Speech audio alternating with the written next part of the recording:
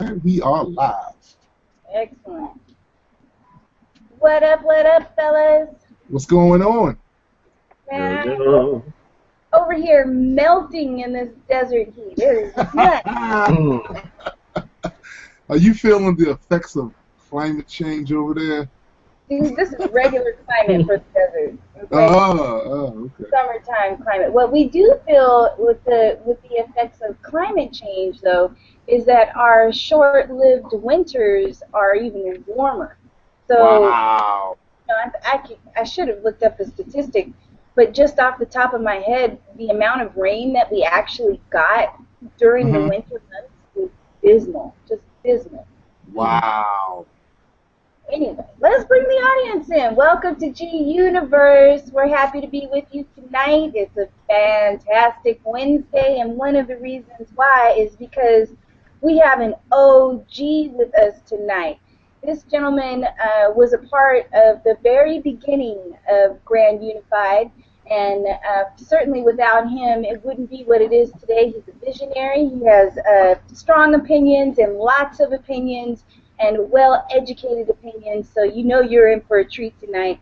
Please welcome the one and only, the dope Ike D's.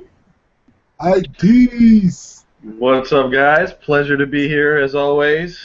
Looking forward to it. And then, of course, Awesome we have our resident, tremendous tombstone, the dead man with us. Is this where I do the backflips? And the karate chops to the camera? And right on time, Gray has popped in. Peace, Graydon. He's getting his thing set up. Well, we've got some really cool things to talk about tonight. I mean, you know, like every week just gets more and more insane, and I think, you know, one of Gray's famous lines that he is known for saying is that we are living in the future. It is happening. All those things that we talked about, you know, that we dreamed about as little kids, that was written in comic books and sci-fi and all of those things that we imagined were so far beyond us, but would be the coolest to have as a civilization, are really now coming to fruition. We have stories ranging from 100 million planets that are thought to be capable of life, of having at least microbial life, but probably even greater than microbial life. The discovery of not just another exoplanet, not a super Earth, a mega Earth. Like Mega. Huge. Yes, huge. And then we're also going to spend some time talking about a story that is so insanely significant to the way that we are living now, but also what is potentially going to launch us into a legitimate Type 1 civilization. It's the solar panel roadways. And what's so exciting about this is that these solar panel roadways are really being brought about by the people for the people. So it's really dope. But, you know, we'll get to it all. What do you guys think about the headlines this week? Hey, there's another aspect of that solar roadways that I kind of want to talk about too, and that's the fact that Kickstarter/Indiegogo strikes again. Crowdfunding changed something that we thought we were waiting on, you know, government officials and leading scientists. No, actually it happened to be Ma and Pa fucking Kent. I know it work, and it's just like, when do we have to recognize that places like Indiegogo and Kickstarter are the places where these ideas are going to be, you know, these ideas are going to flourish, and not through mainstream. That's what I'm going to talk about, because I feel like this is just another sign that the mainstream, like Hollywood, or the mainstream components that we're normally used to help solve these particular problems. I call it Hollywood just because I'm used to putting it in that context. But that whole thing is like, it's dying, if not dead already. Right. Yep. Most of us we haven't realized it yet. Well, and to your point, I mean, we can see this not only from the solar panel roadways, but also, a very near and dear to my heart, LeVar, who, used Kickstarter to fund Reading Rainbow, Yep.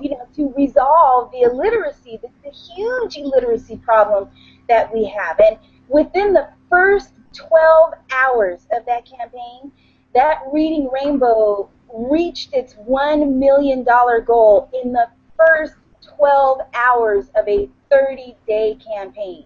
Very impressive. Phenomenal. Yeah, you're absolutely right, and we were sort of talking about this off air a moment ago, but what is exactly that impressive about this is that regardless of the controversies and the political propaganda and red tape that is hindering science education and Progress. forward movement and progress, yes.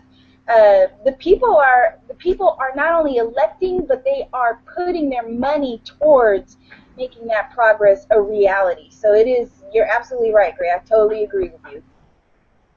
Oh yeah. Yeah. Nowadays, you don't have to worry about the naysayer with the pocketbook. Now you just have to worry. You don't even have to worry about. Now the naysayers are put into a corner, and they're basically these just little haters on comment sections, and now it's like anything can get funded if the people want it. I agree with that. Well, let's jump in. Let's save that story for a segment or two down. Let's jump into what I am super excited about is this 100 million planets. Yeah. In our own galaxy, we have determined that there are at minimum, not 100, not 1,000, not 1 million, 100 million planets that are most likely not only capable but are sustaining life on a microbial level at the very least. Like, what does that mean? What does that mean to you guys? So you're saying 100 million Class M planets? 100 million planets in our galaxy may harbor complex life. Yeah. Well, okay, so let me jump on this first, I guess.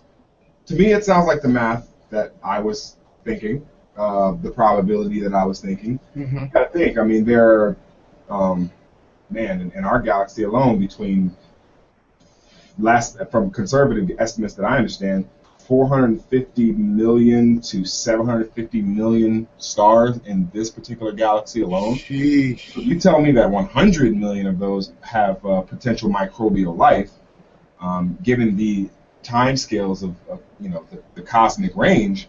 It's like you can be looking at intelligent life on about 10% of those planets, technologically capable intelligent life, just like us. I'm assuming we're a part of that 10% or 5% or 3%. Right.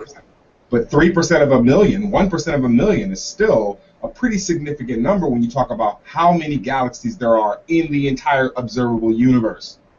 Right. That's the heaviest part of all of this, is that it seems like the conservative math wasn't conservative enough, because it seems like there's so much out there that we probably need to be even more conservative with the numbers.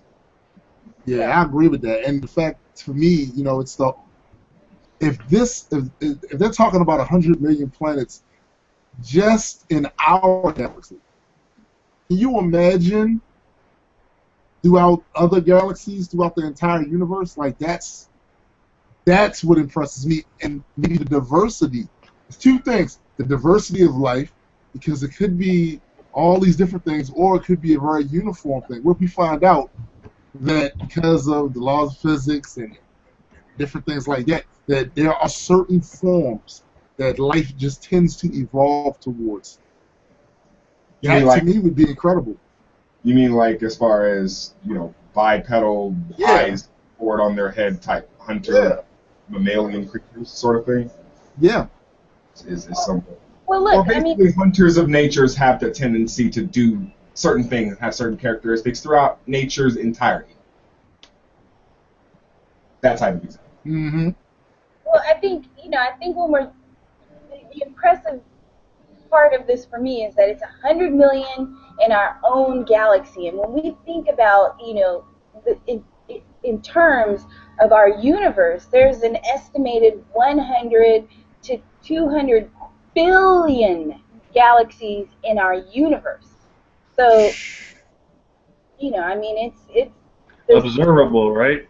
Yeah, the scale is, I mean, how do you chart that? Like, and can we kind of touch on that a little bit as far as the observable universe thing? Because I feel like that is something that's commonly misunderstood when we talk about the universe. Whenever I have conversations, in barbershops or just online with people or whatever the case may be, I tend to find that the word universe is a bit misunderstood and is thrown around as casually as the word theory, when I think a lot of people are trying to say that they're talking about the observable universe, because that's really all that they can speak to. That's all their event horizon allows them to speak for. But we tend to act like we understand the entirety of this universe when we really have a small cross-section of this universe. And then you get people who don't know anything. They'll just be like, see, nobody knows. We don't know. Like, no, you don't know. Yeah, it's such a silly statement because there is so much that we do know. Like, in particular, when you think about how young of a species we are in terms of, the human beings on our planet and how young our planet is, even within our galaxy, like, it's pretty impressive the amount of information that we have and that we know and that we can factually substantiate. Agreed. I agree. Completely agree. So, Just more. Oh, go ahead. I was just going to say the next part of it is the mega Earth. Like, I find that fascinating because, we're talking about a planet that is 17 times larger than, let me back up, it weighs 17 times more than Earth. That's the estimate. But what's interesting about this, and for those of you who don't know or haven't heard the story, is that this is Kepler 10c. And it is about 560 light years away from Earth. So, we're not vacationing there anytime soon. Right.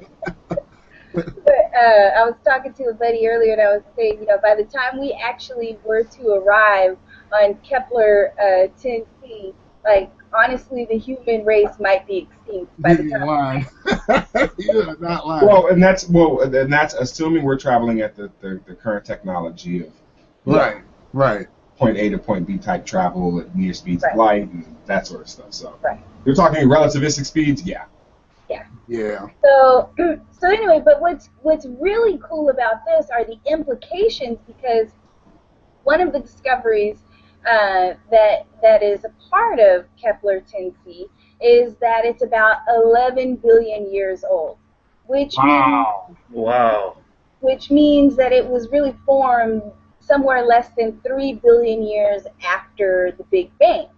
So what's interesting about that is that is the early universe, right? So in the early universe, we think that really it contained nothing more than hydrogen and helium, or not much more. Right. So the heavier elements that make rocky planets, like iron and such, they're sparse. They're scarce to find during that time. Yet here's an 11 billion year old mega Earth in existence.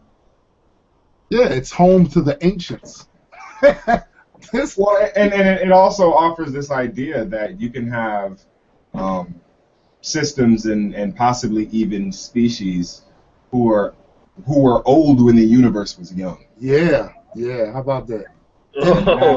That is a scary concept. Some of those species may have survived. I'm sorry. Correct me if I'm wrong, but before we found this one, we didn't think a rocky planet could get that big, right? We thought that the one that it had to be a gaseous planet like Jupiter or Saturn or something, right? Exactly, and that was and I think a super Earth was as large as we thought you could go. Right. But here we are today. Well, I can't say we've outdone ourselves. The universe has outdone. Shit, yeah, the hell we can. I fund some of this scientific research. I've let my computer be used for calculations and stuff. Hell yeah, I'm taking credit for that. I'm talking about the mega Earth. Like, Oh, okay. I wish I could say, like, last night I was stargazing, and the wonderful thing about living in this hot ass desert is that at night I have the best view of the Milky Way. Like, I feel like my naked eye can see all kinds of stuff, and it's glorious to walk outside and look up and think and be reminded that you're just a small speck of that, but also the wondrous part that you are a part of it. But Right. you know, this sort of thing, you know, an 11 billion year old mega Earth, you know, that really formed during the early years of our universe, it really makes me think like a multiverse theory is more likely to be true than not.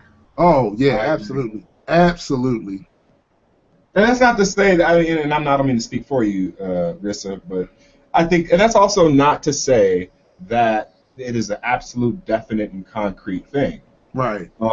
I think that what we're saying is it strengthens the argument and the case for such a claim. That's, Right. I think that's the best thing that you can say. Right. Evidence like this. Well, I'm excited to learn more about it. I mean, I've said it before, and I'll continue to say it. To think that, you know, we are the out of just in our galaxy alone, to think that we are the only opportunity for life that sprouted itself, especially when we think about the quantities of different life forms that did sprout on this planet. True. True. And to know that there are exoplanets out there, like, honestly, it strikes me naive to be of the mindset that life doesn't exist anywhere else but on this planet. I mean, how many different species are on this planet? It's 9 million different distinct types. Different distinct types just on this one little. And that's what we've discovered. I mean, that's what we've discovered. Exactly. That's not even the distinct possible ones throughout time. None of that. That's just what we've discovered. Exactly, because we still haven't got to the bottom of the ocean to see all of the life form that's down there. Yeah, we haven't come across yet. There's more people that are species that we haven't discovered than we have. And that's saying a lot just on this planet. Yeah. Yeah, that just scratches the whole notion of thinking that you're special. There's just no, it's not possible. It's just impossible to be special, even just in this galaxy. I think special is the word that I would take exception to. I think unique may be a better word because life is unique regardless of how, how much of life is out there. I just feel like to say that we're special because, we are alive or because we are of the community of life, it may be a bit short-sighted because we're not really sure how to describe that at this point. Right. So talking about what is alive and what isn't alive in the context of certainty for the human being, as young as it is, just seems a bit short-sighted. Like maybe we're special in a way to, compared to other humans who will one day look up at the sky and not see all those stars, and not be able to observe all that stuff.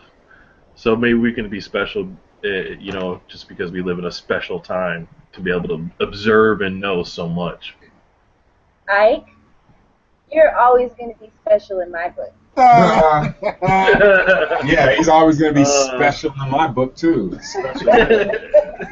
That great ride that special window licking bus. Yeah, that helmet on a short yellow bus. Are you talking about the Special Olympics? Is that what you're talking about? He's always trying to bite his own ear. Hey, I trying to lick his own eyebrows. I would fuck some shit up at the Special Olympics. Yeah, man. Those kids. In all seriousness, those kids are real athletes. Yo, those kids are real athletes. Those kids are real athletes. Right. Oh yeah. Right. It actually, we jest, but to be clear, there's, and I'd be interested in, and I'm going to kind of go off on a tangent here, but I'd be sort of interested to learn more about what they've discovered in terms of those particular brains and their neurons, because they don't necessarily fire up and function the same ways that we consider a normal brain to operate. But I have found that anytime something is off in one area, something else is on in another area. Yeah, so I'm curious to know what those strengths are. But anyway,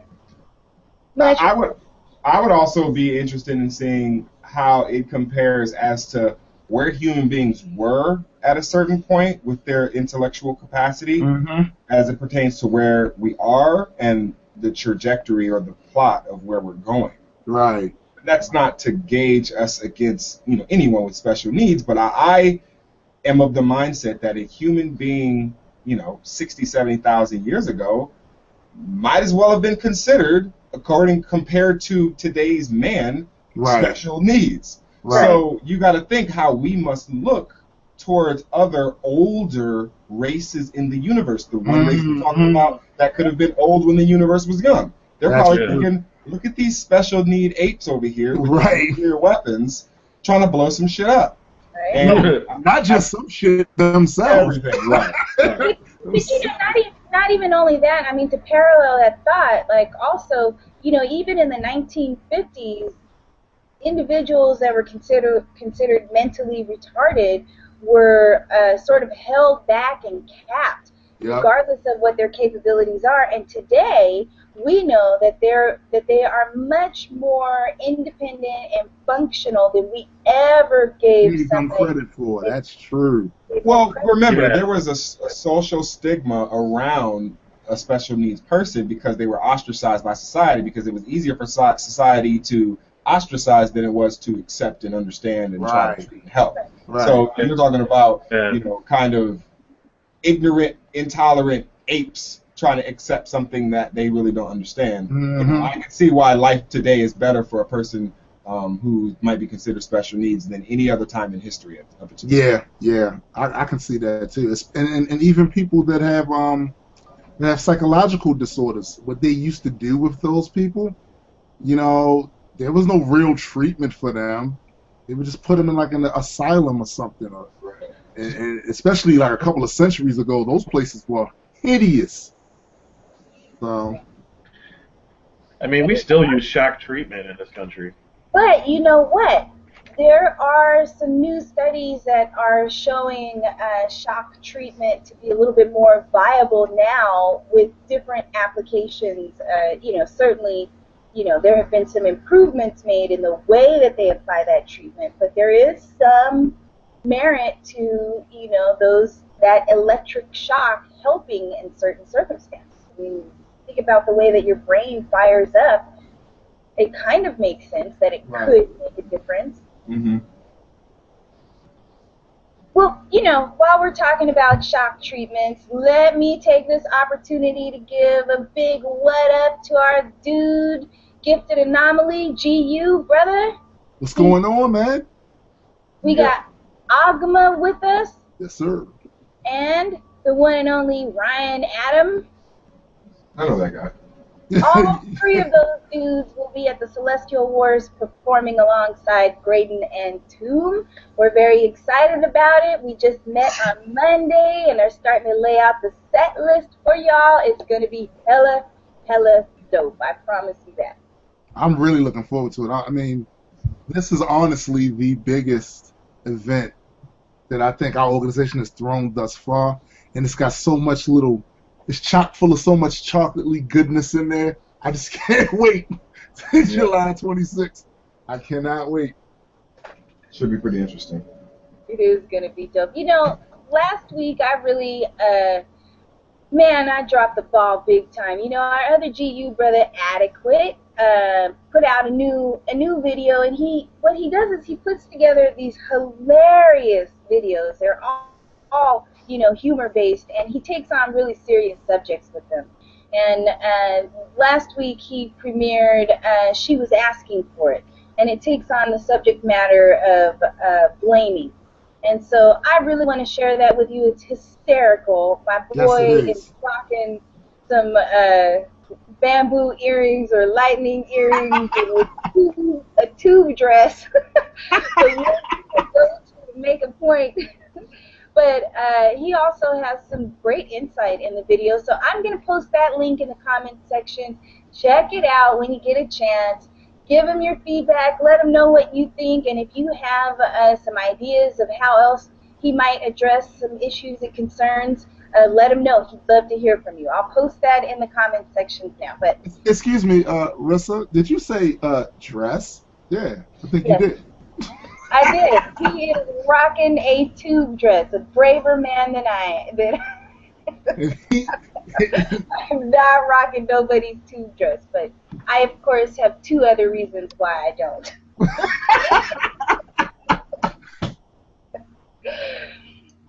That might be too much for y'all, if I may speak without any sort of modesty there. Look, see that? It's so hot. We froze everybody up. I don't even know where our dudes went. Yeah, Graydon's frozen. I think Ike dropped out. They'll be back though, I'm sure. I'm sure they will. So anyway, you know, I gotta say, we have some dope people with us. You guys have been joining us every week. We love having you here. Absolutely. People, thank you very much. It's good to have you with us. You always make great points. I'm looking for Invincible. I'm not sure where he's at tonight, but hopefully he'll pop in. Oh, but we have Ginger Giggle Snort. I know, and I gotta tell you, that name is hilarious. It's gotta be one of my favorite names. And then we also have free thinker Nixie, first time catching us live. Welcome. Dope. So what I'd like to do though is if I could transition us over into teleportation. Did you read about that? Yeah, I looked at it, and I mean, honestly, that's the start of something right there. That's the start of something. So what it is, you know, I mean, I'd like to say that we're in this beam me up Scotty moment. Not quite yet. Not quite yet. This is right now. It's just quantum information. But I mean, it moved it 10 feet like that. That's, I don't know. It's pretty impressive. Well, 10 feet, but the impressive part of it is that they were 100% reliable. Right. With the teleportation. And so basically what it is, there's a team of researchers from Delft University in the Netherlands, and they were able to use the concept of entanglement of particles as a means of conveyance, or, you know, transporting something. And so the reason why it works is because there's an interconnectedness with the two particles. So whatever happens to one automatically happens to the other, regardless of the distance between them. So they were able to take some information, teleport it 10 feet or 3 meters successfully, 100% reliable. And the next step is they're going to run the test again, but they're going to level it up to 1,300 feet. They're going from 3 feet to 1,300 feet. Wow. Right? Wow. And you know, you're right. The big deal is that they were accurate doing it, because let's just speculate a little bit and take this particular technology, maybe 50 years from now. If they're able to teleport like solid matter, you kind of want it to be accurate, because I don't want my arm stuck in one of the teleportation things and the rest of my body in another. That would kind of suck. A little bit. Just a bit. I'm trying to think. There's a flick. I know for sure there's one in Stargate, but that's not the one I'm thinking about. Stargate, you know, the transporter rings come down and basically smash him. Yeah. You know, The Fly. That's the one. That's the Fly. Yeah, so, and that's how he became that nasty, gross, house-spitting fly. Which, but see, it's disgusting. But in my house, you know what it would have been? it would have been one of these damn cats. I'd have came out on the other end looking like Lion-O from the Thundercats. Oh, you don't even know how I feel about the Thundercats, dude. No. And I was so upset. Remember a couple of years ago, I want to say like maybe it was 2010, they were going to do a live action movie. Yeah. I was like, don't you dare. Don't you dare fuck that up. Yeah, but they do a rebooted animated series of that. I don't know how long it. Yeah, it came on. I'm trying to think, Cartoon Network. It was one of them, but I think I watched the first episode. It wasn't bad, but it just seemed like they was doing too much. You know what I mean? Like, I wanted the Thundercats to be. I know they was going to change it, but I don't need it to be all super explanatory of everything. I don't need to know all of that. I just want to see him grab the sword and do the Thundercats. Yeah. That's what I wanted to see. Yeah. I don't even know. I don't even trust it. Most of the time, I just don't want people touching stuff like that. Right, like, just stay out of it. Let me have my wonderful memory, and you stay out of it. Don't butcher it. Whatever you do, do not butcher it. That's why I'm really kind of, I know people are excited, and I know I'm in the minority on this, but honestly, the whole Teenage Mutant Ninja Turtles thing, like, I'm really concerned about it. Graydon is too. I'm really concerned that they are going to fuck that up. Right. Yeah, I don't know. Like, Graydon, he was saying basically the same thing. He saw the previews.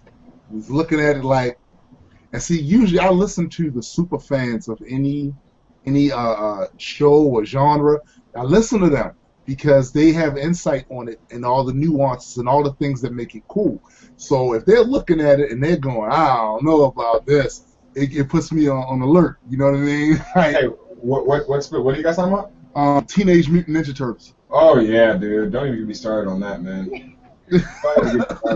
In fact, they might as well. I don't know. I'm not even gonna jump on it, but just my quick thoughts on it is they should have kept that as far away from Hollywood as possible. I mean, right now is the age of the independent film, and all the good stuff is coming out straight to YouTube, straight to Netflix, and the fact that Michael Bay and Hollywood's got their grubby little hands on it to turn it into some kid-friendly thing where they can sell 1 million Michelangelo fucking figures. Fuck them, dog. See, that's a real fan right there. Yeah.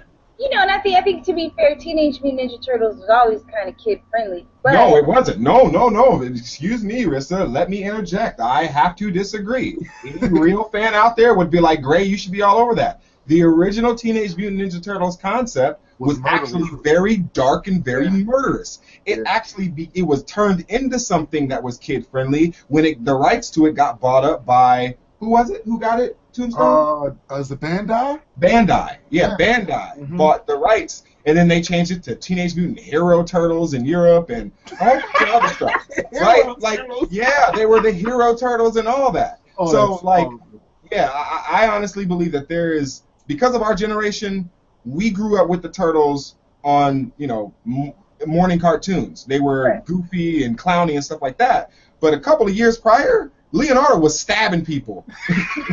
Raphael was murdering people in the back alleys of New York. Like, these guys were nothing to play with. Well, you know how that is. They had to kill Splinter they had to kill Shredder with a grenade. Yeah, you know how it is. Are you saying that Teenage Mutant Ninja Turtles ain't nothing to fuck with? Is that what you're yes. I put them right in between Wu-Tang and the West Side Connection. You know how it is, Gray. They did the same thing to Wolverine on the 90s X-Men cartoon. As much as I like that series, all Wolverine was allowed to do was stab robots and maybe cut through a wall or something. Like, and then you get the occasional Jean Grey, Wolverine! Yeah. No! And he always gets stopped by Jean Grey, who never gives him none anyway, so it's like... Yeah, the love triangle is what really drew me to that X-Men series. That love triangle for a cartoon was the best ever. Yes, it was. Absolutely. Well, let me transport us back to our story. I knew comic books were going to fucking seep into this. You already know. Every time. It happened. And in the midst of it, I suspect check. I got you, because it's something that can just literally go on forever. So yes, so yeah, you have to control that. Let me bring it back. Let me bring it back, because the whole teleportation thing is a big deal. It's a big deal. And let me tell you why. It means that if they are successful with it again, if their successful test produces another successful test, it means that we have entered the age of true quantum computing. Like, it will happen in our lifetime, within our lifetime, that we can use it and engage it. So here's the thing. To touch on your point about actual quantum computing that's beneficial to us in our lifetime, I believe that, like regular vacuum tube computers that were from back in the day, like those computers just take up a whole room on a college campus. It costs millions of dollars to make, and now this thing is 1 billion times more intelligent and 1 billion times cheaper. And I believe that in the future, when you're referring to quantum computing, it will be something of that nature. Like, this thing will be smaller than we ever anticipated, and it will work better than we ever thought, and we'll take it for granted probably. Yeah, we'll probably use it to watch cat videos and shit like that. It's one of those things where we are on pace for that, and it's hard to see beyond what quantum computing will allow us to do. That horizon is mind-boggling. Well, wait a minute. Let me go back a little ways, because let's kind of blend two stories here, because we had the conversation about the solar roadway and it being backed by the people. Do you think that with the quantum computers, because we all know the government is really dragging their feet, they don't want to do any infrastructure fixing or anything like that will actually bring us more progress. Right. So okay, so to answer your question directly, I think the people will have a hand in it. I think if you give them an opportunity to fund something that is this generation's Manhattan Project, and it's not something that the military has some exclusive rights over. Listen, computer programming and artificial intelligence and quantum computing, yes, very hard to do, but anybody can really do them. You don't need a military budget. You don't need some sort of a crazy, Dr. Dre $3 billion type backing, or Steve Ballmer or nothing like that. But you need good scientists who understand the science and people who can experiment. And so I'm just at the point now where I'm ready for the quantum computer. I'm ready for artificial intelligence and these things that the quantum computing should allow us to do. With relative ease, actually. Are you talking Citizen Star? Is that what? Oh, I'm talking about Star Citizen. I'm talking about having an intelligence. I'm talking about having an intelligence that does not necessarily have to answer to any mortal human being if it doesn't want to. That has complete reign to understand and learn about the environment around it, and to consume as much information as it feels necessary, and hopefully understand that humans and it would occupy some sort of symbiotic relationship until we decided to kill ourselves, or they decided to move on. You know what I'm saying?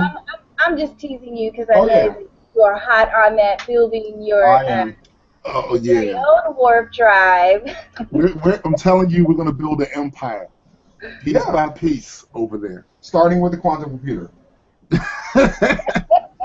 So I want to get to a comment that I just read. Peter Mealy, peace. Peace. Time GU community member, thank you for joining us tonight. Peter says, if nothing else, it could mean real-time communication for space travel, missions to Mars, etc. So even just on that level, it's pretty cool. And who knows what else? I think the first uses will be in computing. And it's interesting that you mentioned that, because one of the stories that I wanted to pick up last week, and we just didn't have time for it, was the first broadband wireless connection to the moon. Ooh, yeah, oh man. That's so retarded. That's so crazy. Oh man. Yes, it is. So I'm going to post the link to that in the comment section. You can check it out at your leisure. But I think we're there. I think if we're not there right now, we're just a couple steps away from being there. And if we're not there, we can see it from here. We can see it. All right. Exactly. And I think, you know, when we get into quantum computing, I mean, there's the implications of it are tremendous. It is. I know I throw this term around a lot, specifically on this podcast, because we're talking about this level of change, but it's a game changer. Like it's, Right. you know, when you're talking about, you know, the information. Yes, my pirate level is going to go up, but we're also talking about the way that we're able to communicate with each other, the distance, the speed with which it happens. I mean, like, it's beyond just the benefit of being able to communicate with each other in real time. Right. And once we accomplish this particular feat, it opens up the possibility for, I mean, innumerable achievements. So I think it's fairly exciting, and I know the geek in all of us, you know, are waiting for that day, you know, where we can tell somebody to beam us up. Again, I will not be in that first wave. I'm gonna let all y'all motherfuckers take that ride first. I'm gonna wait. Yeah, no one who lived through the launch of the iPhone is going to be a first generation a trial tester of teleportation. That's never going to happen. I'll let you tell me about it, and once I have ascertained that all your parts are where they're supposed to be, I may even wait a little while to make sure you don't grow any like extra limbs, whiskers, or wings anywhere. Yeah, but what if he gets powers? Like, that'd be dope. Well, let me share a little story with you guys. It's a very short story. All right. When I was going on my last show, I took a airport shuttle to LAX, and I remember inside the shuttle there was an old lady who had never, and I mean this, she had never ridden on the freeway before that day. Wow. And to see her and her reaction, and you know the freeway's been around for, I don't know, 70 years. Yeah, yeah. And she was obviously in her 80s or 90s, probably going to fly for the first time. You got to think, the life for her moved so fast that day. Yeah. Probably faster than comprehension. Right. And there will be times because of this technology where things will move so fast, it will basically be beyond our comprehension. Like, we don't understand that. That doesn't make any logical sense to us, and yet it has happened because of this computer that allows us to do certain things. So yeah, it's changed everything. Yes, it is. Communication is so streamlined, it's actually changed just the way that we communicate. I mean, 15 years ago it was normal just to hear a knock at your door and have somebody just stop by unannounced. Now, your best friend, like your main homie, could knock on your door and not text you or communicate with you socially, like on the network. You'll just be weirded out, like, wait, whoa. That's a good point. What are you doing? Like, that's a good point, Ike. That was just normal 15 years ago, though. Now, like, shit. My mom better call me before she knocks on my door. That's a good point right there, because it has changed the way we socialize with each other. And, you know, it's like to Graydon's point, how fast it worked for her. I mean, just in my lifespan, I had like a rotary phone with the little thing. You know, you know what I'm saying? Yeah. So and look now, you know, just in my lifespan. So I'm just saying. Yeah, you were literally on the phone. Right. Right. Well, you know, I don't see him with us live, but he watches our show every week. He's usually in the conversation with something witty and insightful, but last week was Invincible's birthday, and I definitely want to give him a big GU shout out. Happy birthday, brother. Happy birthday, man. Happy. Let's talk about solar roadways. Let's get into why the record setting is a huge accomplishment. Yeah. And then let's also talk about the implication that solar roadways has on our society. Who wants to? I've got so much to say on this. I'm gonna let somebody else start. I'll hog it. Let me just go, just because I want to be quick about it. But I want to kind of attack it from one other angle. Like, the solar roadway aspect is very innovative, and I think it's something to be admired, and I'm very excited about it. But to me, there's something else about this whole story that's fascinating to me. which is this is another product of Kickstarter / Indiegogo of crowdfunding. Right. And one more societal changing thing that the people are deciding on with their money and their time, their effort and energy is going into now seeing problems that they can fix collectively and fixing it through crowdfunding. Right. Or even ideas that they've always wanted to see happen. Like, you know, look, Star Citizen, we touched on it briefly. That's a game that all space nerds have always wanted to see. And the fact that we had the opportunity to fund that, and you're telling me I can fund solar roadways, I can fund teleportation, I can fund quantum computing? Right. Take my money. What are you talking about? There's nothing to discuss. Absolutely. There's nothing to discuss. So I think that the more amazing and fascinating aspect of this whole story is how it originated, where it came from. And Kickstarter, once again, gets the assist. Yeah.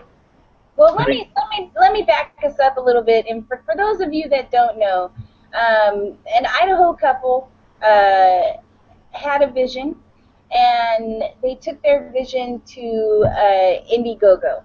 Their vision has been in the works for years, and they wanted to create smart solar panels that, when covered by, it's a special tempered glass, can actually replace roadways and parking lots, so cars will be able to drive on these.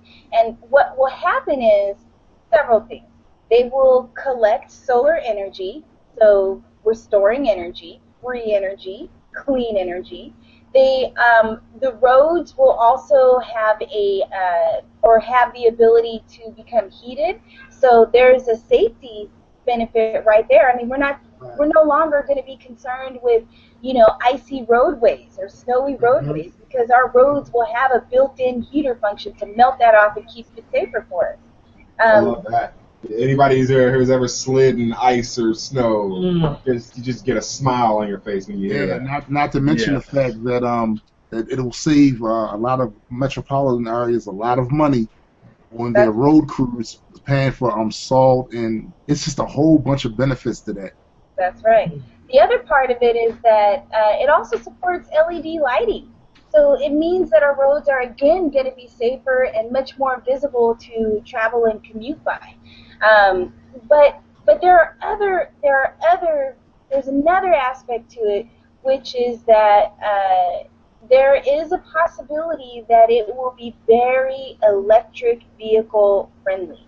So how that will work, I don't know all of the details, but there will be, you know, some fair play between that road and the electric vehicle, which one of the things, if you guys aren't aware of, that is holding back electrical cars beyond big money and corporations, is that in order to charge them, you have to find a specific charge site, and there aren't many of them located around. So once you've exhausted your 150-mile average radius, you're kind of stranded. So don't they have a little? You talking about the fully electrics, right? Because I thought the hybrids, some of the hybrids have like a tank, right, that you can ride on for a while. Right. Yes, the hybrids. But the fully electric ones, right? You're shit out of luck. Right. Until you can get to another charge station, and there's a bit of a monopoly on that. I won't go too political. Let's just say it's kind of like how Apple devices, you have to use a very specific connector. You cannot use anything else with them. They do not allow for that universal proprietary shit. So it's the same situation with these cars. It's like they have these batteries, but you have to use their connectivity to be able to charge it. Let's just hope that they don't make an iCar. Let's hope that never happens. You know what? I'm not so opposed to that, though. Because my thing is this. Tesla made a car. Yeah. I mean, at the end of the day, I'm not trying to compare Tesla with Apple, but they're not that far apart.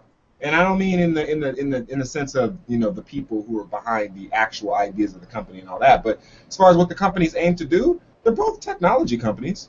Yeah. I mean, the cars technology, I wouldn't put it past Apple to make that attempt. It'll be like super expensive. You won't be able to customize it. It'll only come in white and black. Like if you make any mods, they'll sue you and shit. Yeah. There is a very good possibility that My Ride could get rebooted. Okay. I'm not even gonna lie. I used to watch that show like, oh, somebody please call for My Ride. Somebody please make it. It never happened though, did it?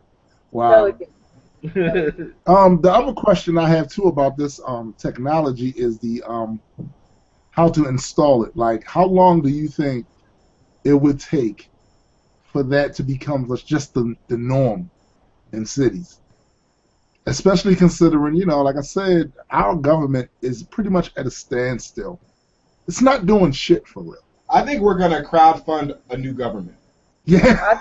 I would say for that. Listen, I actually think I would shut up and take my money on that too, because it's like at the end of the day, if you're telling me I can hit them where it hurts, which is the pocketbook, and I can fund some other shit that's actually gonna, work for me, why not? Yeah, I agree. Well, it will be interesting to see what happens. I mean, obviously, for me, there's some really exciting implications with just the application of solar panel roadways. But the most exciting part of it all is what we sort of talked about at the beginning of the show, is that the people have made this possible. People are like, science for the win. Here's my book.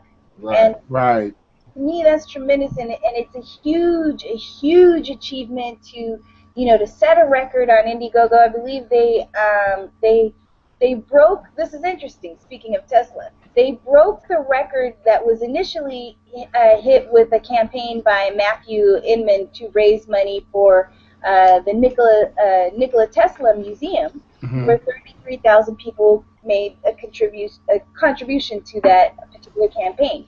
This contribution, and at the time this story broke, which was just a couple of days ago, 36,000 people had already backed the project, raising $1.5 million. Wow. That's 36,000 people who not only are an active part in being a solution to our current, abuse of our habitat, and providing a better means that will enable us to live better. But they also have put their money where their mouth is to say, science for the win. We believe in progressing science rather than stalling it out with red tape and politicized propaganda. Yeah, and that's where a problem comes in, that people don't understand science, and there's this cynicism about this whole thing going on. It's not going to work, it's too expensive. This whole movement against it, saying everybody's stupid and they're getting ripped off, and this is the biggest public rip-off ever. And that's because people don't understand how technology advances. You don't take a piece of technology and say, no, it doesn't do everything that we want it to do eventually, so we're not going to do it. You're gonna fucking, even if you make one fucking road, one block, in one expensive neighborhood, the technology needs to be tried out for it to be advanced. It might not look anything like what they're predicting right now. It might look like something totally different. It might be a whole different structure, but the technology, the people have proved they want that technology, and so it's going to happen, no matter what the haters say. And just by them using it, even in one area, when people see the benefit of it, the demand for it will grow. All it takes is one little area where everything that they wanted to happen happens, and they see the progress, and the less snow on the damn ground all the damn time, and all this other stuff. Other places are going to be like, hey, I want that too. Yeah, I want that too. So, I agree with you. Now, I want to say, I'm looking this up right now, but I want to say that there are solar roadways already in effect somewhere on this planet. Really? Was it in Japan? I don't know. I'm looking it up right now, and I bet Germany. His money's on Germany. Well, let's see. There's a comment, and first of all, thank you, Ryan. He posted the link to the campaign in our comment section. Awesome. I don't know if I'm going to say this name right. Layson Tyler? I think it's Layson. I think it is Layson. She says that it'll work well in Minnesota.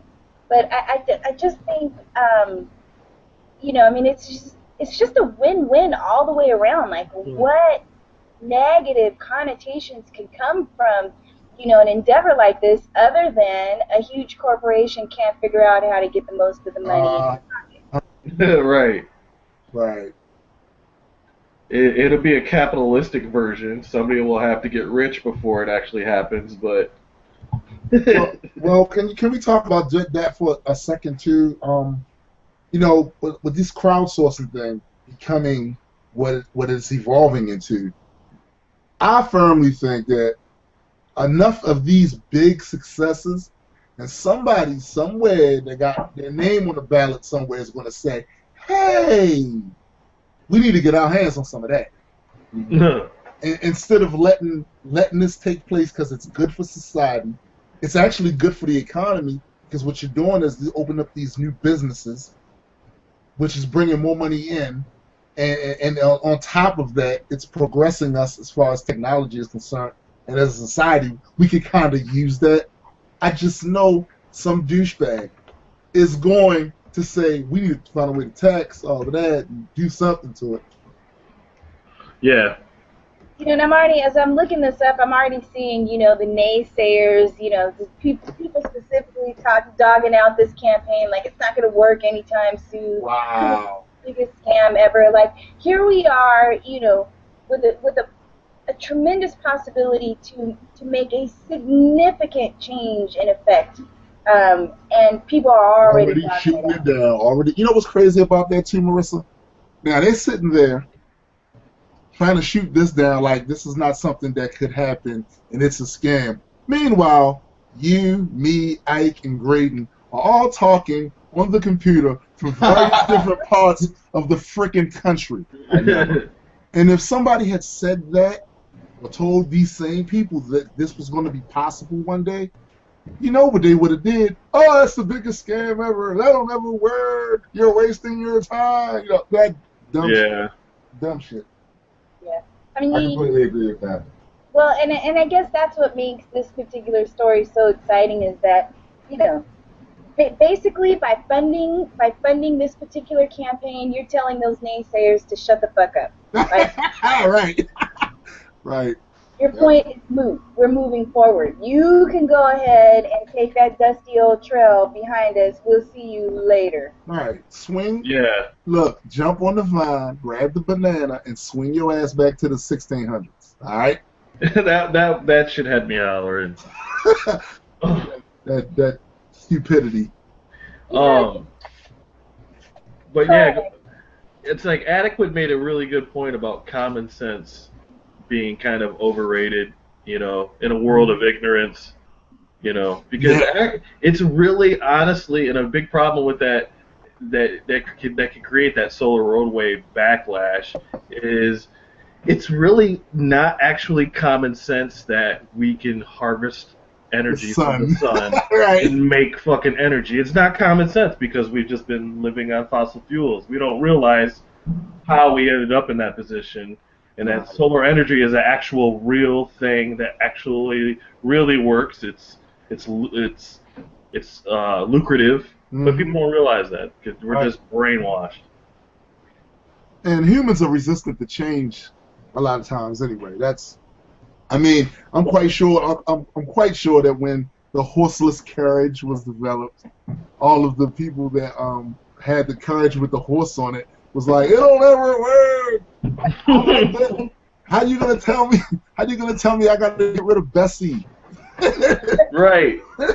I love Black Beauty. I'll never let her go. So I've got a couple of comments going on. First of all, we got some Canucks with us. What up over there in Canada? Jordan says, in Canada, without some kind of heated roads like these, we will never get a self-driving car. Good point. Yep. Wow. Great point. Yeah, that seems to be what's missing to really make that mainstream. Right now, it just seems like something that they're just playing with. Yeah. And then Gifted says he's making a comment. It'd probably be better to put those things above the road, though. But the construction on these are pretty durable. I mean, they're being designed to carry the weight of of a vehicle in traffic. So I think that we could certainly, if we can figure out how to create a panel that absorbs, solar rays and convert it into energy, we can certainly figure out a way how to protect that panel underneath. Yeah. Oh yeah. For sure. You build one, in 2 years it's going to look totally different. It's a computer, like any kind of computer. I know that's right. I miss my candy bar cell phone. I'm not even gonna lie. I kind of miss my days. You notice that like a lot of that, there's a connection between those people that hate on the solar roads and those people that think it's a waste of time for us to explore space or to send a rover to Mars. They don't understand the benefit of what that does for the future. They don't understand what space exploration has given us as far as technology. They just don't understand. I'm gonna say what up to PJ Mealy. He's making a point, and it's actually Ryan Bowers is asking a question: to what extent have solar roadways been seriously analyzed by outside parties? Sounds like a really cool idea to me, but how much research has actually been done on this topic? And PJ helps to sort of answer this in his own comment to say that solar roadways are still in the testing stages. This is an idea that they're testing now to see how it pans out. And that's true. I mean, to Ike's point a moment ago, it's like there are going to be multiple generations to any sort of technology that we create and develop. So, this might be the first generation, of a solar road, but we're going to see multitudes of generations and all sorts of improvements along with them, and added value and benefits, really. Right. I definitely think that's what will take place. I mean, again, like I said, I don't really want to bet against human ingenuity at any time because we've made liars out of people. It's almost undefeated. It's almost undefeated human ingenuity. Yeah. The people who win the Darwin Awards are the reason why I say. Some of those awards are great. I'm highly entertained. Much like I was entertained today, I saw a video. I normally don't even watch these videos, but today I had one split TV and at their house, and they're knocking on the door and or knocking on an interior door, I should say. They're like, why can't we get in? Clearly, it's the bathroom door. They opened up the bathroom door, and their homie has fallen asleep, sort of standing up while taking a pee. So this is a dude.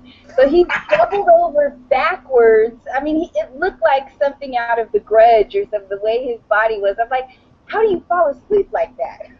I don't understand that. But I've seen people fall asleep in very weird. Well, I don't know if they were asleep, but they were definitely high. Coming from Baltimore. If you come from Baltimore, everybody knows from Baltimore about Lexington Market, famous Lexington Market. I'm telling you, you have to navigate through the people that are a bit chemically induced or whatever. And they're standing there, like, nodding out and doing that Michael Jackson Smooth Criminal lane, like, like seriously. Hey, speaking of Michael Jackson, what do you think? I'm of the mindset that you cannot go to a corner on the face of this earth without finding somebody who can moonwalk. What do you guys think something else like that might be? What is something that is just so universal, no matter where you go, somebody will recognize it? Oh, okay. That's a good question. That's a damn good question. Right now, it'd have to be something in pop culture. Yeah. Like Game of Thrones. Like, I think Game of Thrones right now is so popular that even if you don't watch the show, you heard about it. You know who Khaleesi is. You know what she does. You know she has dragons. Like, it doesn't.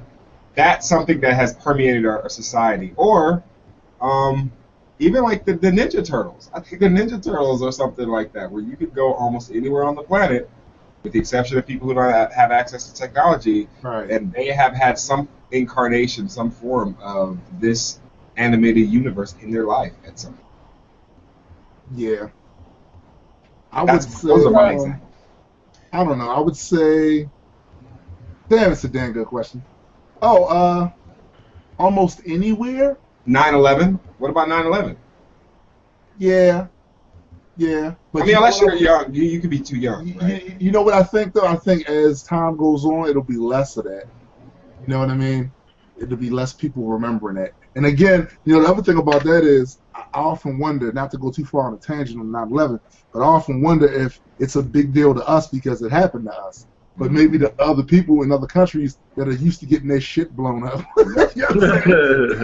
You know, it's not that big of a deal. But 9/11 as an event had profound repercussions throughout the political, global political structure, right? And so I think that while it may not have affected people directly, indirectly, we were all affected by that because that changed the direction that the world was going at the time. That's true. That is true. We were just starting to figure out who was fucking us.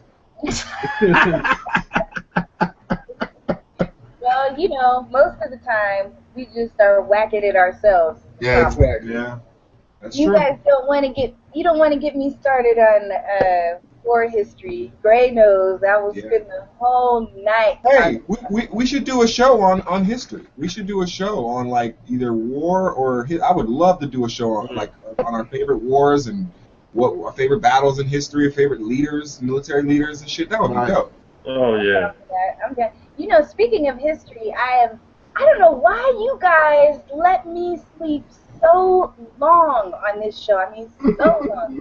I'm on season 2 now of Deadwood, and I am enthralled in it.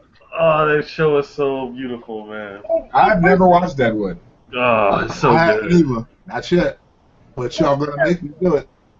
I mean, it's like, first of all, as a history buff, and I have, my categories of genres within history that I like, but one of my first loves was the Old West. Like, it's just, you have heroes and villains and anti-heroes and, reluctant heroes and the Colt 45? Huh? I said the Colt 45? Yeah, you just have so much happening. And, so I love anything to do with the Old West. And I thought, I've really kind of seen it all. I've watched all the flicks. I've heard all the stories. I've visited most of the places. And then comes Deadwood. Like, so historically, fairly factual and accurate. All the characters are really well played out. They do obviously color in a little bit, and there's some drama there, but for the most part, the events and the characters that the story surrounds itself with really all took place. So it's really well acted. It's a great show, and I highly recommend it if you are as late as I am and have not watched it yet. I'm late because I usually am up on all the westerns. I grew up with westerns. My stepfather, that's the first and really only thing we bonded on, because I was a character when I was a kid. So, I really didn't like him much for no reason. Just that he's not my father. But I didn't like my father either. So it was just one of those type of dynamics going on. And one day, he pulls me into the room, and what was on? I think it was the Good, the Bad, and the Ugly. And he said, sit down and watch this. And I sat down and watched that, and I'm telling you, it changed my whole perspective on what the swag of being a man is. You know what's funny about that movie? You know what's funny about The Good, the Bad, and the Ugly is that it's not. I don't believe it's a classic movie because it's a Western. I actually think it's a classic movie because that movie is so dryly sick and disturbing. Just the shit that the dudes do in that movie to get back at each other, try to cross each other. It's like, damn, if they did this shit in the West, I'm so glad I live in this time. It's just so terrible. That's what. Yeah, one thing I think is like, I'm so glad I was born way after that shit. Aww. I don't know which one it was, but there's one Clint Eastwood movie I saw. He walks in, slaps this girl in the face, and then grabs her and then drags her in the room and just fucks her. Like what? Like that's how is that? That's what is that? That's High Plains Drifter. Yeah, man. Yeah, that's right. I saw that on a YouTube video. They were talking about that. I love that movie. So, a cool flick. Like if you're also a kung fu, I don't even know, what do you call somebody who loves kung fu? Kung fu head. As much as I do. Like I don't even think kung fu head though is adequate. I just don't even think it's that. But so good, a really cool flick. First of all, if you don't know, spaghetti westerns really are not an American. No, they're Italian. Yeah. So, but a good blend of a spaghetti western and kung fu is the good, the bad, and the weird. Have you guys seen that? No, I have not. It's a Korean flick. I highly recommend it. It's hilarious. It's got tons of action. It's got high kicks. Everything you want out of a kung fu flick. And then it's cast as this western. It's really, really good. I recommend it. Oh, okay. I'm going to check that out. So, I don't know. I mean, I knew I was going to be with some comic geeks tonight, and I want to let you guys get into it, but I want to also sort of put you on the spot without revealing anything and ask, like, can we talk about it yet? Like, a little bit, or not yet? We can talk about the idea and the premise as to what we're trying, the scale, basically, what we're trying to do. But as far as details to the story, I'm just talking about it in general because for those of you that are with us, we have not announced this anywhere before, and it sounds to me like I just got permission to break it tonight. I'm so stoked. I've been sitting on this. I can keep a secret, but when it's a good one, man, it is hard for me to hold it in. It's hard. Which is why it's so hard for me to believe that the moon landing was a hoax. Right. It's like if somebody was on that set and it was a shoot, I mean, it's just like too many people would have been like, dude, I was there. Right. Yeah, dog, like I was at lot 39. They said, go get fucking Neil. We went and got him. He fell over. It's all good. Yeah. To be fair, though, they're lizards, and lizards have this ability to keep secrets no matter how morally fucked up they are. Right. It's the lizard thing. But I'm sorry, Rissa, go ahead. All right. So what I have been sitting on for weeks and weeks and weeks, and a part of what it is a part of it, but it's more of a branch of it, if you will. So the Celestial Wars event, the show and event, is in its own little world, and then we have a huge Grand Unified album dropping very soon. The Celestial Wars album with Graydon Square and Tombstone the Dead Man. And then, drum roll please, GU is going to put it in a comic book. We got a comic book in the works, The Celestial Wars. It's dope, dope, dope concept. If you want to get an idea of what that concept is, I'm going to refer you back to the Celestial Wars track and take a listen to that. You can find it on any of our channels, actually, I think at this point.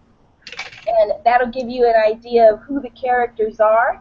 But I'm going to turn it over because I don't want to spill more than I am granted permission to. I'm going to turn it over to Gray and Tomb and let them give you a taste of what's in store. If you have a comic book collection, if you've ever loved flipping through a series of Marvel or DC or anything that's on the underground or up and coming, this segment is for you. Yeah. Basically, the one thing Graydon and I wanted to do, actually we had a plan on this a long time ago, but it really just pieces start coming together.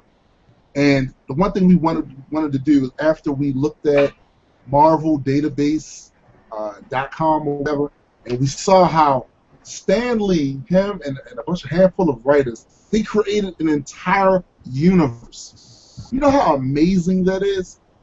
To have an entire universe with a history and characters and moments that stick out in people's head that they will remember from the time they were kids to the time they're old and gray.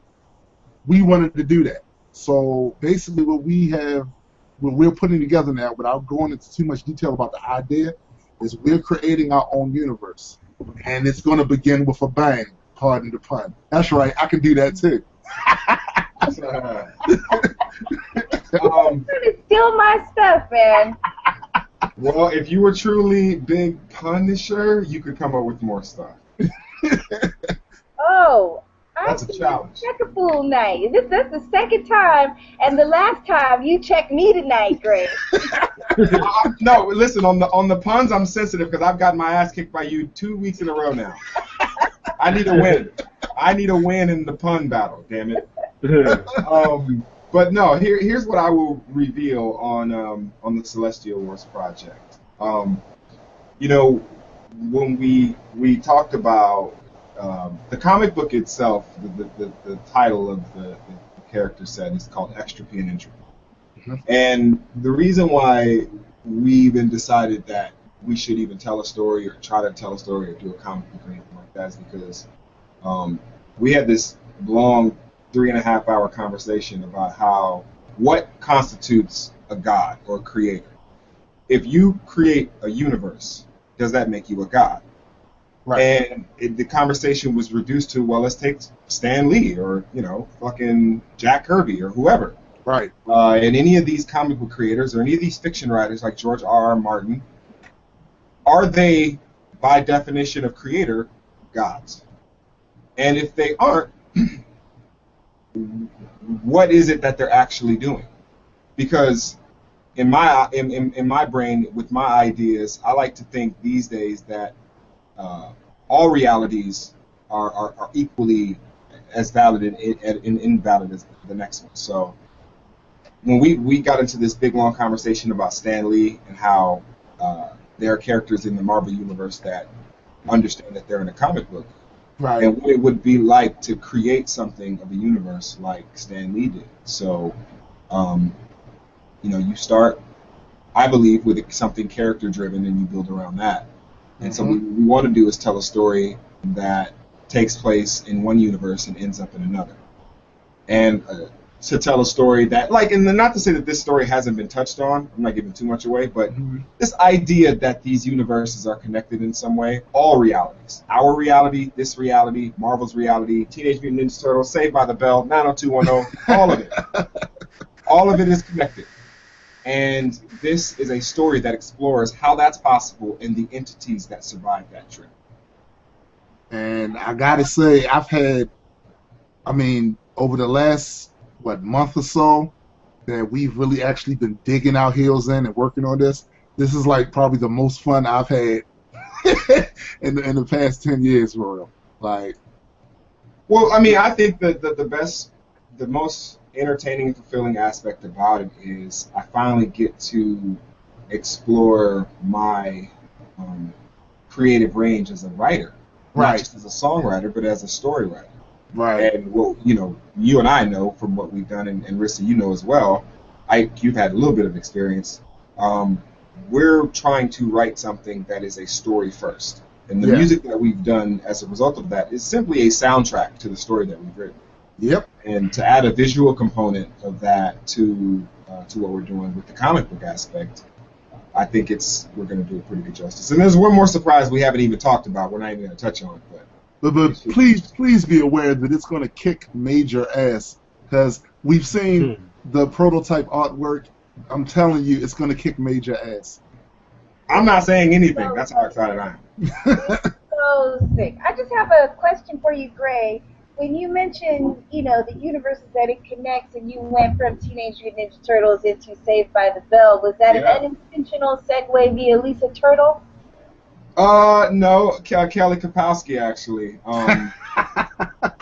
Lisa might as well have been mentioned in that. Actually, a lot of these Saved by the Bell cast and characters have been in the news over the last 5 years. But the reason why I even bring that up is because starting point guard for the Clippers, Chris Paul had a birthday recently, and the girl who played Kelly Kapowski gave him an autographed Kelly Kapowski. What's her name? The girl who played Tiffany Amber Thiessen? Yeah. Yeah. And she basically gave him an autographed Kelly Kapowski's not Saved by the Bell picture from the 90s, dog. It was fly. So that's probably was in my subconscious, and it probably just came out. Well, I've seen the artwork.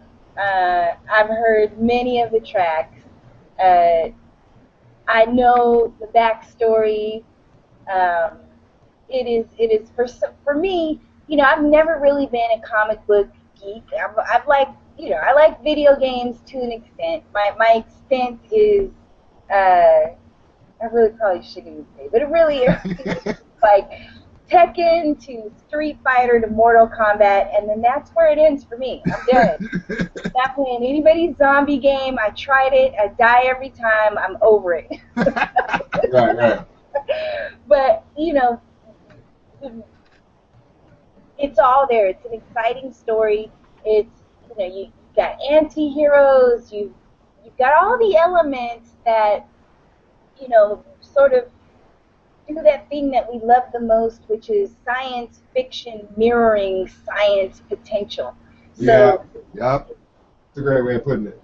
yeah, it's really cool, and I'm so happy that we were able to break it tonight, man. Let me ask you. You know, you've been down since the very beginning, the inception of Grand Unified, and this was something that we talked about as a goal and wanting to do. It was one of those things like that would be so cool if we could do a comic book. And if anybody's watching, you will see behind Ike his level of comic. Yeah, he's the real deal. Like, he is not faking the funk with it. What does it mean to you? What does it mean to you to know that this comic book is coming about? And then from your own comic book geek perspective, what are you looking forward to out of the story? Just the possibilities that where it could go, because because I got to see like a little bit of the initial first story, and it's basically it's like a Big Bang, like it's opening the door for just this big dynamic universe that could literally go anywhere. So I'm really excited to see where that can go. And I saw some of the artwork, and literally got like goosebumps looking at some of the artwork. It's the character development is already pretty fucking deep. I'm really excited, and through everything, not to downplay anything that we've ever done at GU, like there was a moment where somebody just started really getting crazy. It's probably Tombstone, because he's like a Marvel encyclopedia. But Yeah, sounds about right. there was some kind of fire that was lit to where we all just really got stupid, crazy, obsessed with comic books all over again. Oh, I remember that. I remember that too. What happened was I wasn't into comics like that. Right. And something happened, and you guys were telling me about someone. Yeah, Marvel Civil War. That's where that came from. That was almost 2 years ago. Yeah, 2 years ago. Yep. And we got into a big ass, like, it was a weekly thing where we'd come back and we'd talk about Civil War and how much I had gotten through it and what had happened and shit. Yeah. And I remember that was the first time I had kind of fallen back into love with comic books and comic book storytelling, because that was the first real thing I had seen in the Marvel Universe since I had left back in the late 90s, early 2000s. Right. You know, it's like coming back to wrestling and finding out all the champions since you had left or something. Yeah, and you know, the craziest thing about it is, Braden went to not being into it as much. To I remember you were going somewhere to perform somewhere, and you had your iPad with you, and you showed me we was on Skype, and you was like, "Man, look, I got all these comics on the app, and this is all I'm gonna do." Yeah. It was serious.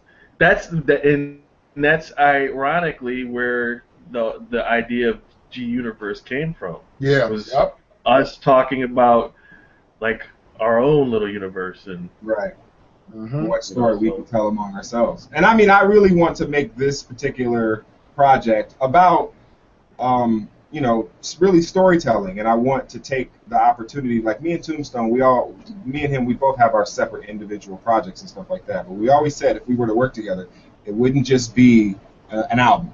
Right. It would have to be a project, like something bigger than just doing an album. Yeah. And so that's not to downplay any, you know, joint albums I've done or anything like that, but I remember when we had that conversation, I think we both kind of came to an agreement that we wanted to do something along the realms of telling a story. Yeah, or something setting the different. stage or something. Something different. Mm-hmm. Yep. So yeah. I wanna answer a question here in the comment section. Sean is asking, how soon are we talking about with the G's album? And let me say first that there are the Celestial Wars record is a grand unified project that is really grand unified because it's bringing Gray and Tombstone together on the record. But not only will we be dropping that album, but we'll also be working on a grand unified album where you can hear a lot of our artists, if not all of the artists.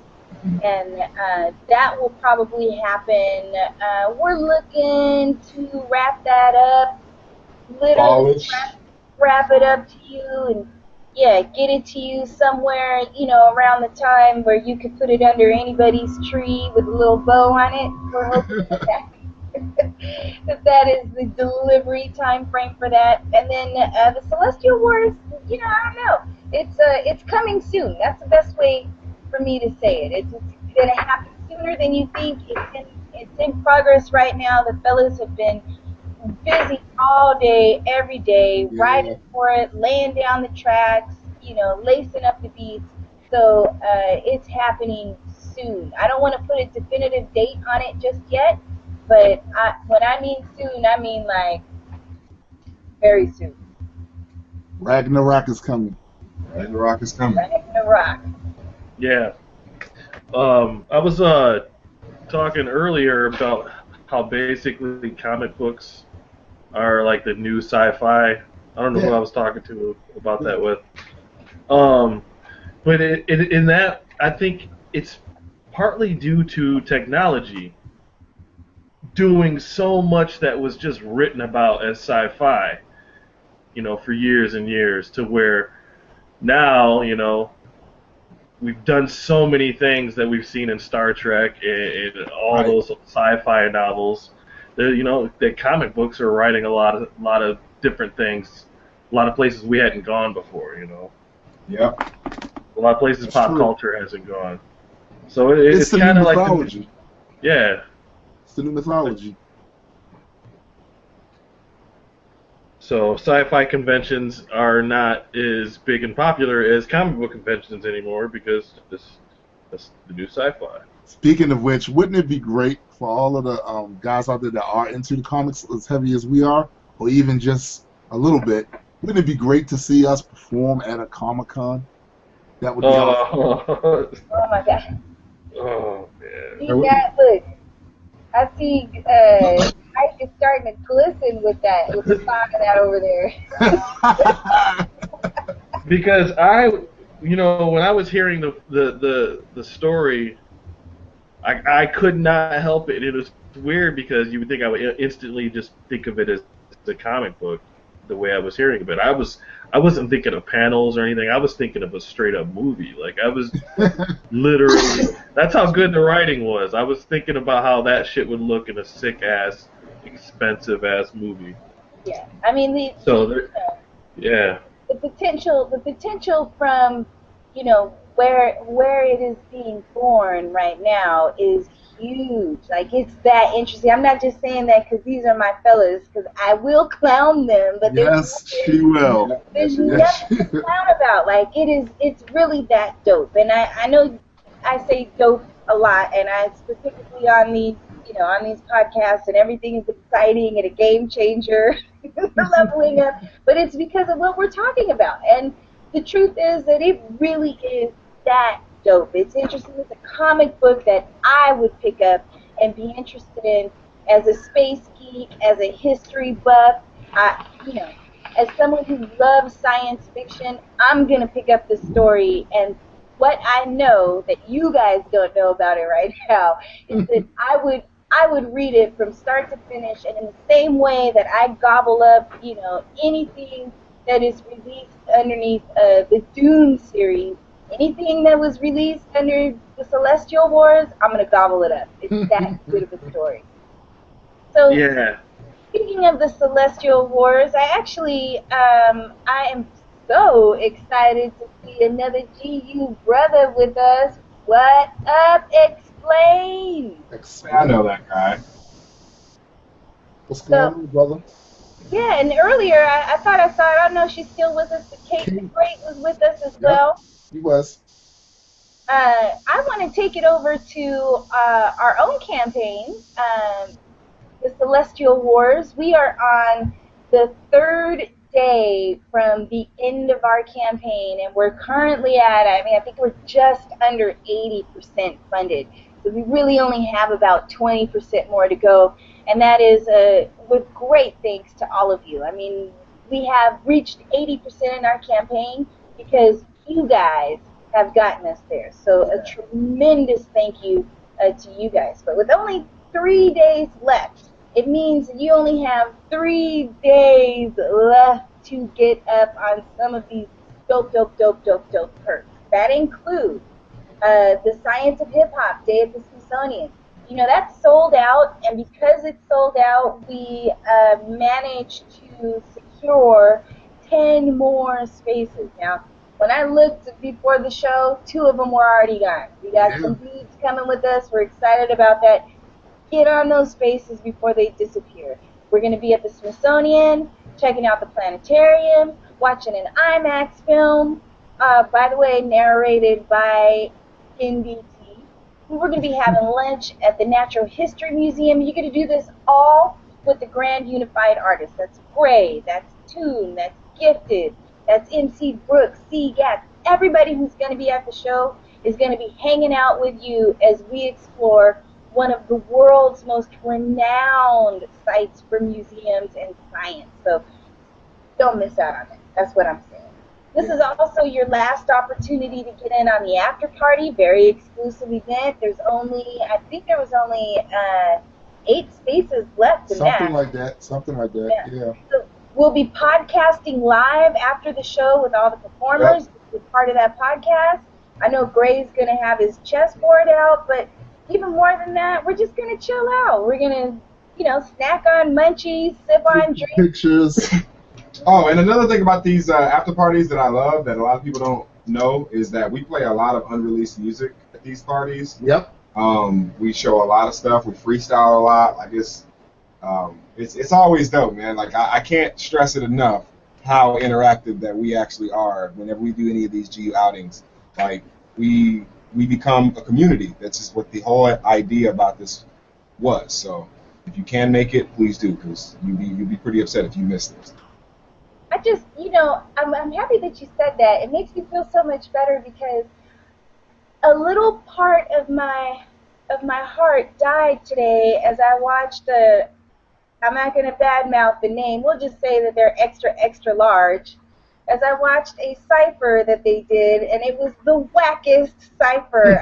Dude, don't even get me started on how we tolerate just whackness now. We tolerated it. It's okay. It's okay to be whack now. It's okay. And look, as somebody whose fingertips have graced the wheels of steel, okay, as somebody who understands what vinyl is and what it means to drop a needle on that vinyl, it was horrifying for me to see a very well-branded extra, extra large DJ in the background of that cipher with an Apple laptop in front of him with his hands in the air like he was doing something. Like, your hands should never be in the air, my DJ dude. At the most, one of them. And if one of them is up, you better be doing something with your foot on the record. Hey, we all know about the whack DJ. So anyway, it's good to know that you guys will be rectifying that with the Celestial Wars cipher at the exclusive after party. I'm sure it'll happen. It's also the last chance to get in on the GU Fan Track Guest MC. This is your opportunity to get on a record with the fellas. And then we have the opportunity to be a GU producer. You can produce the Radio Volume 3, which will be out later this year or early next year. We're still working on that timeline. And then you can also sponsor our podcast, a series of 10 of our podcasts. Be a panelist with us. Join us. And then there are all sorts of other things that you can pick up in terms of the perks. But I'm trying to stress it for you. Like, these are the last 3 days you can get in on that level of perk. So help us get to 100%. Find a perk that fits your pocket, and let's make this Grand Unified, the Celestial Wars event, everything that it should be and will be. So with that in mind, we do have some special shout-outs that we'd like to make tonight. These are folks who have contributed to the campaign, who support us on Twitter, on Facebook, on Instagram, anywhere they can find us in the G universe, and we are ever so grateful to them, and especially want to recognize Heather Powers, who initially made a contribution just because she could, and then as her schedule opened up, we were so stoked to find out that she'll actually be joining us at the show. So big ups to Heather. Yeah. Right. Oh yeah, thank you, Heather. I appreciate it. Thank you. And also big shout out to Nay. Thank you, Nay, for supporting us. We appreciate it. And then I got some Boricua love to throw out there. We have Eduardo Romero all the way from Puerto Rico with it. All right. It's always cool to see the people from countries outside the United States give us love like that. Yeah. Sometimes we forget that we're global, and we get kind of stuck in our own little G universe when we're working and stuff. So we appreciate that. Much love to Puerto Rico. And then. Toomey, you want to take the next one? Yeah, give a special shout out to Damien Zamora. Hey, Damien's always active on my page, by the way. Man, well, I'll tell you what, his activity, as he's shown, is not just relegated to the page, and we really appreciate it. We really do. Yeah, let me tell you, I don't want to, he gave me permission to use that name, but let me just say that he is a regular viewer and is usually here live with us, so thank you for your support. Thank you. Absolutely, man. Peace. Really goes a long way. Greg, you want to take the next one? Yes, Daniel Williams. Oh, yeah. I've seen that. Now, I've seen that name. If it's the same Daniel Williams that interacts on the main GU page, that dude is also a highly active member. And if it's not, then I apologize for getting it wrong. But thank you so much for your support, man. We really appreciate it. We can't do it without you. People like you make this whole thing work. So much love, man. Thank you. All right.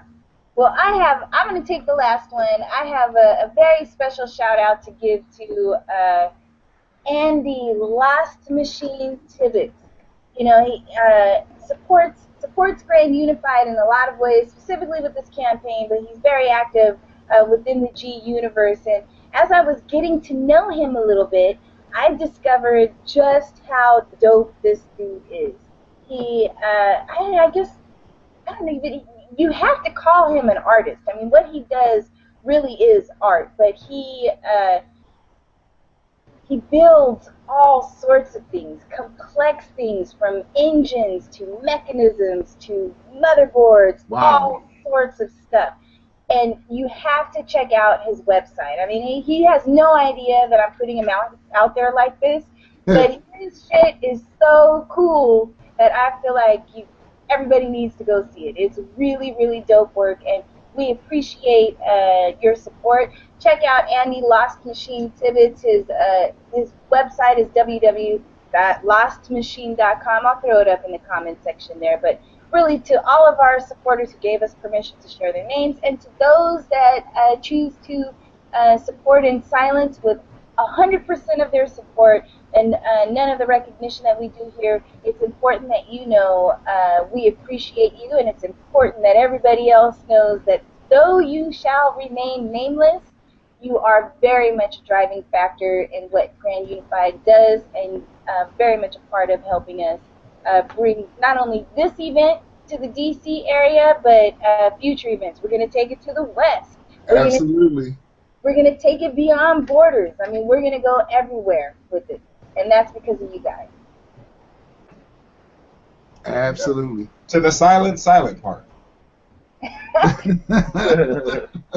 I just want to, Cosmic Dusk is asking if I'll list everyone's YouTube addresses. I'll put that in the comment section. I'll put them all in there for you. And yes, Ryan is asking, is there going to be a character based off of Tombstone? These characters, can I say the names at least? Sure. Sure. So the two main characters that you will see are Gray, the Last Extropian, and Lord Entropy. So I am very happy to say that our fella's creativity will be very, very well represented, not just in the music, not just in the writing, but also graphically. You will see some similarities, but you're also going to see, you know, those characters become larger than life, and as they sort of develop their own identity.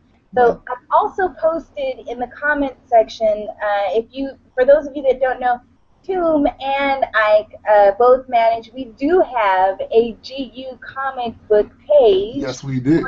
Comic book geeks out there, and both Tomb and Ike help to manage that page. They keep it very well updated. Even I, as not a fully fledged comic book fan, get caught up in it. So I posted the link to that in the comment section. Like the page, follow along. You'll probably get some more exclusive Celestial Wars comic book announcements on that page. Yep. Yeah. You guys got anything else? Yeah, I just want to once again thank everybody that has supported the campaign. People that have supported my music and the music of other Grand Unified artists and all of our endeavors. We could not do this without you. A lot of times people complain about the way things are. They say they would like to see certain things a certain way, but that's all they tend to do is complain. The one thing about the G Universe, these people are about what they say they are. And I've never been more prouder to be a part of a community like this. So that's what I want to say. Yeah, and that goes to like everybody. If you shared a meme that somebody posted, that a member posted, or a video of an artist or a member, any little support goes so far. It's what's gotten us to where we are. Right.